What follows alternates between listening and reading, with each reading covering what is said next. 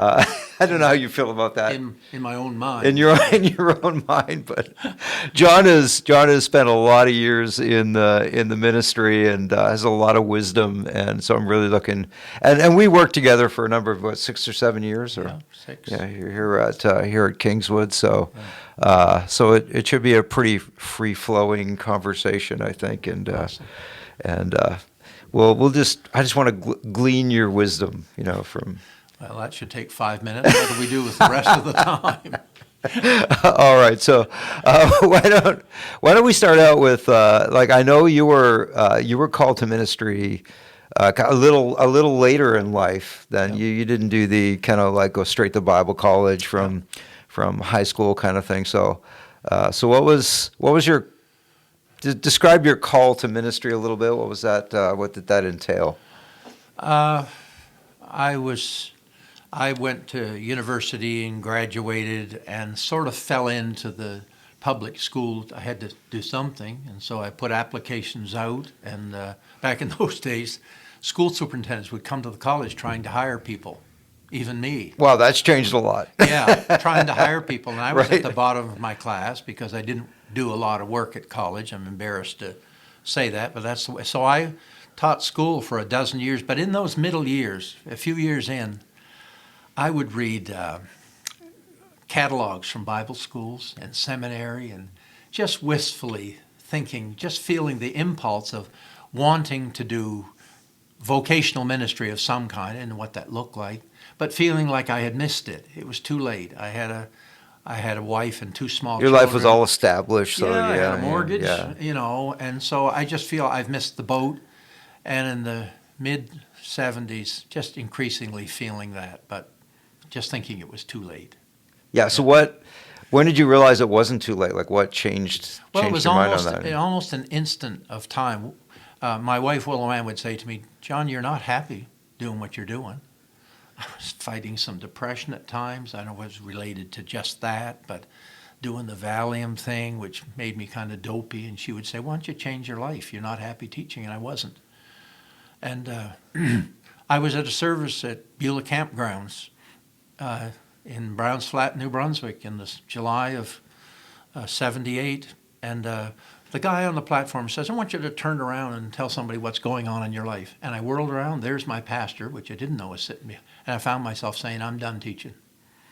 And I'm going to go somewhere and study for full-time ministry." And that was the break. Then doors began to fly open. You see, I've been sitting waiting for God. If he wants me, he's really got to let me know. I take the audible voice, cloud formation, neon lights in the sky. Didn't get any of that, huh? None of that until I said, "I am done with this. I'm muddling along, and I'm 34, and I'm not doing this anymore, and I'm going to school." Then the confirmation, then the certainty, and then I began to apply different seminaries and taught for that one more year. Didn't leave. Right. So there was a gap there. You didn't just. There was a little gap from 78 to 79 where I got my, life in order, sort of, and resigned early. And I said I'll be done the end of the year, and applied to 3 seminaries and chose Asbury in Kentucky, and and off I went, not knowing what the future was. Even. Right. Yeah. Right. Yeah. And so where did you, after you graduated from seminary, where did you end up in ministry? What was your first kind of full-time experience that way? All right. I graduated in '82. There was never any question in my mind. I remember someone came to the seminary from Pinellas Park, Florida, and said, "Would you be interested in coming to being our pastor?" That wasn't even in my mind as a possibility. I always knew that I would come back to the Maritimes, the Atlantic District of the Wesleyan Church, New Brunswick, Nova Scotia, Maine, wherever, PEI, Newfoundland. I always knew I was coming back to this area. And so I graduated, between my second and third year, I came to Corbett Avenue in Fredericton and served as summer job. Okay. A few months later, during my last year at seminary, they called and asked me to come on as assistant. Okay, and that was kind of was that your hometown? Is that Fredericton? Fredericton yeah, is, but not my home church. Right. Different 3 Wesleyan church, churches in the city at the time. So it was my wife's home church. And so you've always felt like a call, specifically to this region or to this area. Always. Yeah. That's really interesting. it seemed like a lot of the seminary students there, the Americans aren't near as, I look at it this way, they weren't nearly as rooted to their geography as we are. I mean, Right. they were graduate seminary. This guy's going to California. This one's going to Michigan. This one's going to Ohio. But they weren't from those states. But Right. they were just mobile. But it was never in my mind but to come back and serve here. So Yeah, and your first 40 your years later, still so you started out there, and how long were you there, John? just 1 year. Oh, just okay. So it was And I do that because at the end of the first year, a little church down in Yarmouth, Nova Scotia called and asked if I'd come talk to them. And then before I could answer, because the answer was no, he said, "Don't say no. Just listen to my question. I'll call you in a few days." But I did manage to say to him, "I've only been here 10 months. I can't leave." right, right. But he wouldn't. He said, "Don't answer." Right. And I'll call you. And he called 2 or 3 times. Said, "Don't answer this time either. I'm just saying I believe you're supposed to come here." Okay, and you ended up spending a lot of your life in Yarmouth. 18 That was, went down there. Yeah. And that was. If I started to write a book, I haven't got very far. Maybe I'll. Well, you need to. You The need time to. of my life. I Right. would call those 18 years. I mean, that little church grow. We won dozens, even hundreds of people to Christ during those years. It was just built 2 different buildings, and it was Yeah, so the little God church, the was- little church in Yarmouth turned into quite a big church in Yarmouth. Yeah, it sure did. It was a wonderful, wonderful time. It just seemed, I didn't even know. People say, "Well, how did you do that?" I said, "I didn't do it." I said, "What my part of it? We just made it up as we went." Right, right. We- So you like built a I'm plane supposed while to you were go flying. someplace Right, and yeah. Speak at a conference and tell Right. them how we did it. Right. God did it, but my part, I would say, we just kind of made it up as we went. Right. How we were to respond. Yeah, and so was there something about the culture there that you seem to really fit there? Or I there's- think part of it was my dad and mom were born and raised in Yarmouth County. Okay. I went back to an area where I had uncles and aunts and cousins all over the place, though I had never lived there, because my dad being a pastor, we lived here and there. So I had never lived there, but I'm going back to where my parents' roots are, and it was a fit. It was a fit from the time we went. Yeah, there's something to be said for when things fit, Yeah. right? Like everything It was the just seems right to work. man Yeah. at the right time in the right place. And it just was, it was a God thing. 83, I went there and stayed until 2001. Yeah, and can you just tell us a little bit about like the like what do you think was the key to the growth? Was there anything as you look back? Were there certain things that moments where the church just seemed to take off, or Well, we had such a simple plan. Our plan was to attract people and chase them. I know that's awful simple, and by that I mean, I think people got excited early on. We tried to do a service with the best possible music we could produce and the best possible sermons, although that isn't much unless the Holy Spirit shows up and uses the music and that sermon. Right. But so that people would say, "You know what, I could invite my neighbor to this." right? And people did that. Early on, they started inviting people, and anyone who showed up, we went to their house on Tuesday night. Sometimes just me, but sometimes I had a team as many as 6 or 7 on a Tuesday night. If there was an odd number, I'd go alone, Right. send them out in twos. And the approach was really very simple. All we did was knock on the door and say, if they didn't know who we were already, Right. we're from the Wesleyan Church, and you visited us on Sunday, and we're just coming by to thank you for coming. Okay. I hardly remember a time when somebody didn't say, "Well, come on in." Occasionally, someone would say, "Listen, I've got an appointment." "Oh, okay, we'll come back. That's fine. We'll come back another week. Can we come back next week?" And we would go in and talk to them. And often the conversation would flip over to matters spiritual. And so I would say in those early years, I'm guessing maybe 90% of the people who came to faith, it didn't happen in a call in a public service and raise your hand if you prayed the prayer, Right. come forward.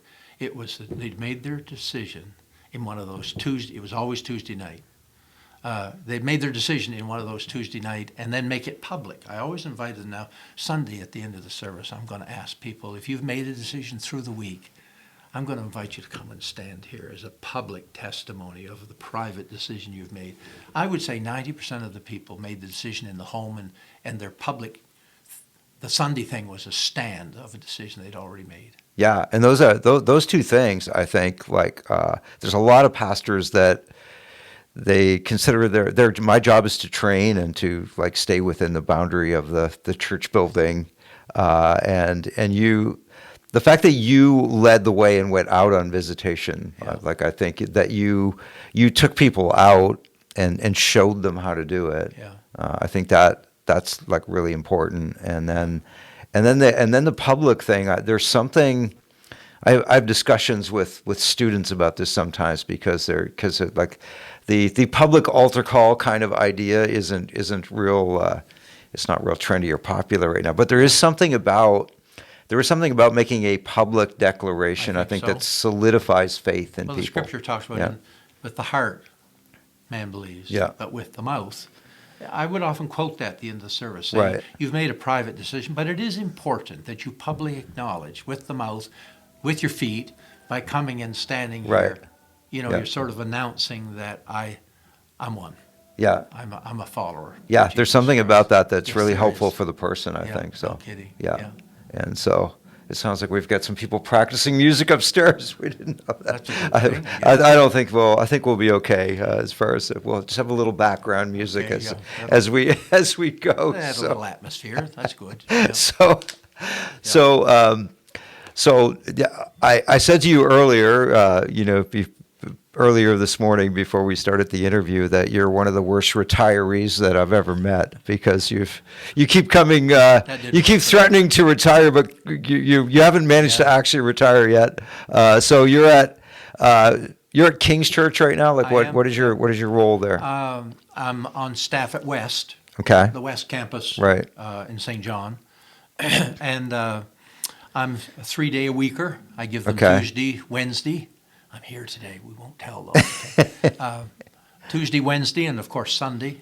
And I'm in charge of follow-up of new people, a phone call, and see that they're emailed. And if they give us an address, they also get something from Brand. And when this COVID thing is totally over, I'm going to their door. Right.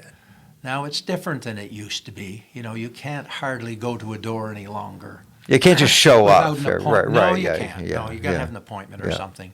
But I go and did this pre-COVID, and I'm looking forward later this year to starting again. Maybe it's too early yet. People are still a little guarded. To go to the door with a sweet reminder, which is nothing more than a small sweet bread that my wife would make, Right. and say, you showed up on Sunday, and here's something for your coffee. Right. And I'm just here to thank you for coming and enjoy this with your coffee. Hope it was a good experience, which often occasionally leads to want to come in and talk? Right. Or a 10-minute talk at the door. But most often it's just a brief thing. That's part of my job. And the other one is I'm involved in one of the profs at the Kingswood Academy, which we're organizing this year. Right. Which is a school for those in ministerial training that aren't going to sell their houses and lands and move to Sussex. Right. full Right. time. Yeah. So, Yeah. And most churches where things are really happening are kind of moving into that territory. It seems to Yeah. of we're we're already- raising up our own and training people. yeah, we have 3 right now. Yeah. As residents, and Yeah. looking at maybe a dozen in the fall. Yeah. So I'll be the instructor for pastoral ministry and homiletics and maybe Bible study methods, whatever they ask me to do. Right. Yeah. Right. So, and I've been heavily involved in that these past months and really enjoyed it. Yeah. Yeah. Yeah. Yeah. It's great when you can, as you get a little older, you usually start out doing ministry, just kind of doing whatever you have to do. But the more you can work in your areas of giftedness, Yeah. and so it sounds like you're just doing the things you're good at Yeah. and you really Well, enjoy, they've and not asked the me- other things. Yeah, I've been there since July, and they've asked me to preach 6 times. Yeah.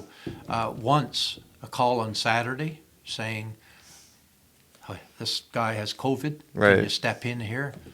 Okay, I'll be there. Yeah. Yeah. But it's awesome. and to serve under Pastor Brent Ingersoll. The anointing is on him in an unusual way. What a thrill to sit under the leadership and the ministry of Brent Ingersoll, who was a student of mine here at Kingswood. Yes, yeah. And yours. And yes, and leadership it's got nothing. It really has nothing to do with age. It has to do with there's certain people. Isn't that the truth? Certain people carry an authority with them that God has given them, and they're just people kind of gather around them. And Brent definitely. Yeah. He definitely has that leadership quality that you can't really. It's different than just having a title. Like you have it or you don't. Yeah. But he gifted, just a gifted preacher, and he's so gifted, and in leadership, just a leader. We're so fortunate to have him down there. Yeah, yeah. And so speaking of leadership, like one of the things I think would be really valuable for anybody listening is, especially those who are in ministry or feel a call to ministry, like what as kind of the wise elder, like what advice, what are the things you wish you knew as you were kind of moving into ministry? Like what advice would you give young pastors or leaders these days? Like stuff that you've just kind of learned through experience that you could pass along. Well, never one thing. Never make an important decision on a bad day. Never make, moods come and go. We have our highs and our lows. Early on in my ministry, I made the decision I'm never going to resign on a Monday. Right. Because that's the low day, right? Well, it was always a low day for me. Later years, I didn't take Monday off, and my weeks were better. I would actually have a headache every Monday in those early years. Yeah. I don't know what was it. My logic. I worked hard. I deserved to have a headache. And I'm going to have it. Enjoy it. But I did. But I learned. Well, emotionally, there's like if you have a peak, we're kind of a baseline, and if you have a peak kind of emotional experience, usually it's followed. It balances itself out by, and I think for most people, for most pastors, like a Sunday is a peak emotional experience, and then Monday seems to be more down. Yeah. But I did get away from, there were times when I thought after a particularly difficult time, I remember 1994 in the fall, 32 people exited the church on a Sunday morning and never came back. Wow, so they actually left on a Sunday. On a Sunday. They were there for the most part, and it was a culmination of things, but on that particular day it was. And they announced, the leader of them at least announced that we will not be back. Well, that was a several-week low. I wanted to resign and go, but I just thought, no, even if that's what I eventually will do, I'll not make that decision on this particular low. So I'm just going to ride it out, which I did, and our best years followed that. Okay, yeah, so 95 through 99. The church grew, and well, sometimes you have to prune before growth, right? So, well, exactly. And that was a tough loss, but made no decision ever on a low time. Right. Just keep on doing it. What's it got to do with how you feel anyway? Really, just stay with it. You said you would. Yeah. And my dad would have called that gumption. Right. Just show a little gumption and stay with it. So well, and resilience is not in great supply in our culture right now, and so there's something there's lessons to be learned in toughing it out and in doing the right thing and not letting your emotions determine what you're going to do in that moment, but kind of stepping back and just doing what needs to be done, and often the confirming emotions come later, right? When exactly after you've done it, Another thing that just comes to my mind is what I would say to beware the big head. I think there's always a danger especially when you're having success, to think that I'm doing good here. Right. This is going well, and a lot of this is a lot of this is to my credit. It's, there's the danger to allow that, and it can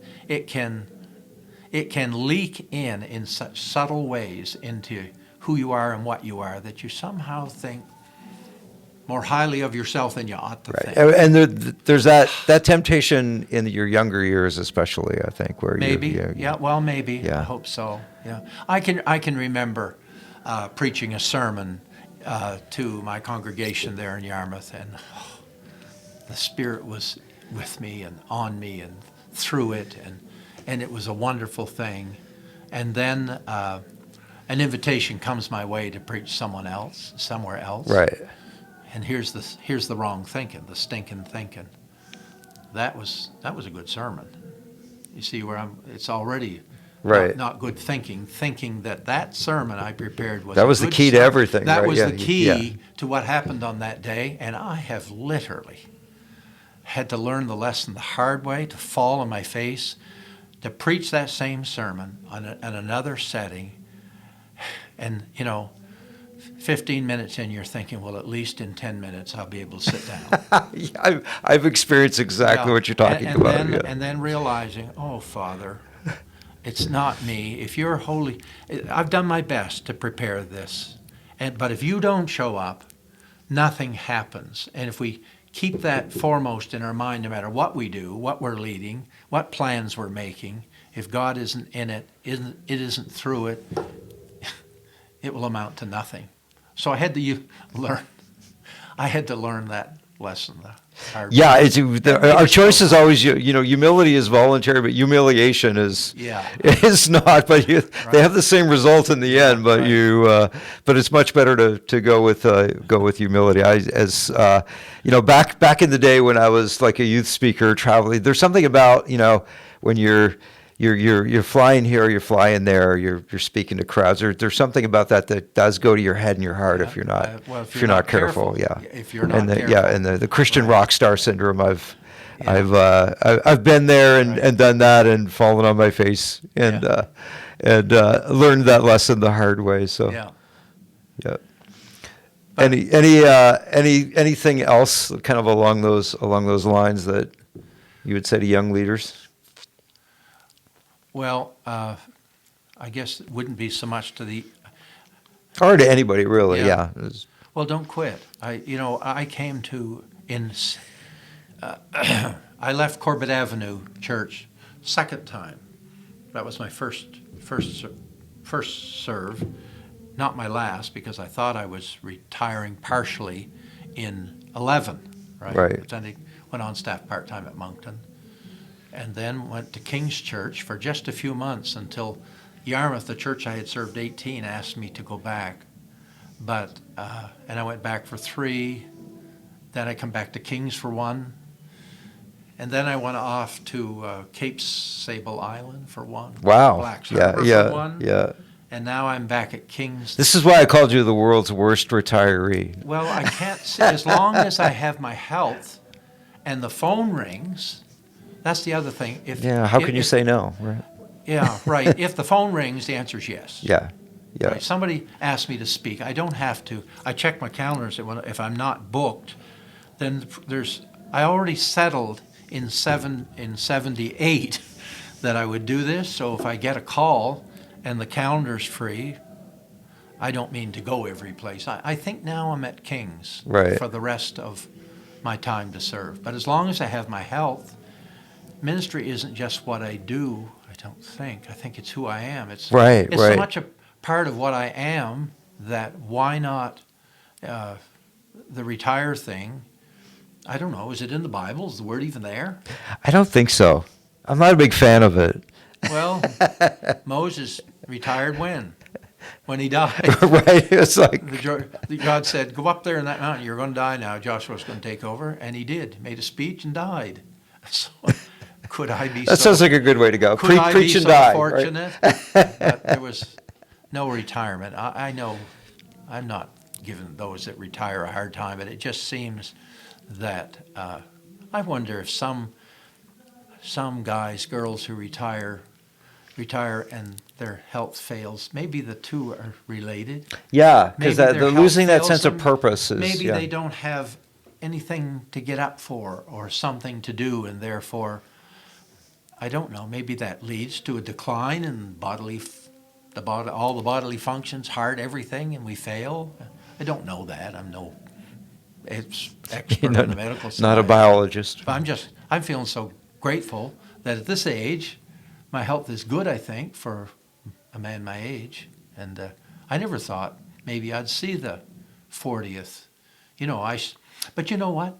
I used to think back when I started in the ministry, a few years in, they were giving guys the 40th anniversary watch. Right. And then I got counting. I thought, oh, 40. Oh man, no, I'll be close to 80. Right. Never going to get a watch. That can't happen. And now I'm going to reach 40 in July of this year, and they don't do the watch thing anymore. Well, we'll have to. If anybody's watching who has access to some good watches, we can make that happen. 40-year On watch. Yeah. I do remember that ceremony, though, at Beulah Camp, them passing out, inviting all these guys up that had served 40 years and giving them a Okay. watch. But anyway, 40 this summer. Yeah, that's awesome. Yeah, Yeah. I'm just so grateful. Yeah. My philosophy is like go as far as you can, as fast as you can, as long as you can. Yeah. And there may be a time when I can't do that, but that's kind of what I'm aiming for. So guys like you and Dr. Buckingham are great inspirations that way. That you don't that life can remain purposeful and meaningful, and God uses us right up until He takes us home. So. Yeah. Yeah. If there were another thing I would say to the young guys, find a Laurel Buckingham or an H.C. Wilson or someone whom you admire them personally and what they've done in ministry. I find that when I stand close to Laurel Buckingham or an H.C. Wilson, some of who they are and what they are, it's like it drips off on me. Right. They infuse me with some of their passion and not just their ideas, but yes, I listen to what they say and I listen to their advice and their philosophy of ministry and their teachings about leadership and all the rest. But maybe the most important thing is being with them and letting some of who they are kind of rub shoulders, and it rubs off on you. It really. Yeah. Well, iron. I think that's in the Bible. I think there's some biblical Iron precedents for sharpens that iron. kind of mentorship, right? Yeah. With Jesus and the disciples. So there is something about that not just it's not just what's taught, it's what's caught. Yeah, yes, from that's well put. from people. Yeah. So That's so true. yeah. Any closing comments? Anything we kind of left out? Oh, nothing springs to mind in particular, I guess. I would just like to say I'm so grateful for the many opportunities that have come my way. Like I haven't gone looking for Right, some. right. I mean, Pastor Brent's asked me to come on staff 3 different times. I know, Come and on. that says something. So, so just to be asked to be there and to serve, and if you're willing and ready, and Father, whatever door you open, I'm willing to go through it. I'm just a blessed man. I really am. Yeah, and you've been a blessing to a lot of people, Thanks, Mike. including me. So you're just. I wanted to get you to kind of pull you in just for a little interview after your session here at Kingswood, because I just really admire you, and I think you're a great role model for like long-term, like lifelong ministry. Awesome. So Thank you. all right, Mike. thanks.